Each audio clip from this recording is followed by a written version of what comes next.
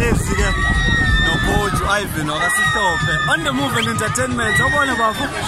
uyaphila mfowethu yajabula ukukhuluma bafo namhlanje sithi ake sibuze ukuthi njengoba kade ubuka umdlalo kade ngibuka abafana la abayadlala ikuphi mhlawumbe ongakusho abafana ubaphethe mhlawumbe udlisa ngani ngoba ngiyababona cha akuba abafana abafoster badlala impela bakujwayele lokudlala iMC Tata 11 ijwayele ukudlala cishe ubasevuka iyadlala hayi ngoba baqinile last week kade idlala eThekwini endlelezini kusegoli kumane period games so abadlali abajwayele ukudlala ndawonye mhlawumbe abantu abazalayo entertainment industry langaphandle khona ungeloviyo qina uMaskandi kube khona umavunda waziwokhosini kube khona nayo uTata kwezinye insuku usukedlala kodwa bengekho namhlanje no-BK ingxenye yabadlali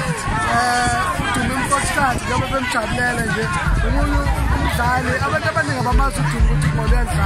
uyalidlala umunye ubasazi bokhozi odlala ibhola khona uMampensela abantu abajwayele ukubezwa esaza ke-SABC 1 bedlala namhlanje umfokagatsheni so uyabona ukuthi mathi izodlala itelevision sibasho into eyiyona so abantu abadlalayo inhloso kanti kahle ngoba ngiyabona uhlanganisa abaculi abasakazi mhlawumbe nani nenzelani mhlawumbe i-team kaTata le ihlanganisa uTata le team uma ihlanganisa uTata inhloso yakhe ukuthi badlala abantu babe healthy futhi bazwayo iya-achieveka-ke ngaleyo team uthini eJabulani Shandu tournament ngoba sebewesibili inhle kakhulu iJabulani Shandu siyayikhuthaza siyafisa ukuthi ihlale ikhona sengathi bangayisapota ne-local municipality yenze sure ukuthi ihlale ikhona ngoba ngobona itshi ijabule kakhulu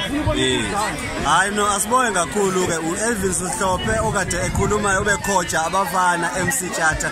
sesigizi kwiJabulani Shandu tournament I'm signing out on the move and entertainment live and broadcast on Just Bay. Kamala Mutozane Mushekho wange. Usithole ku Instagram. Sign out.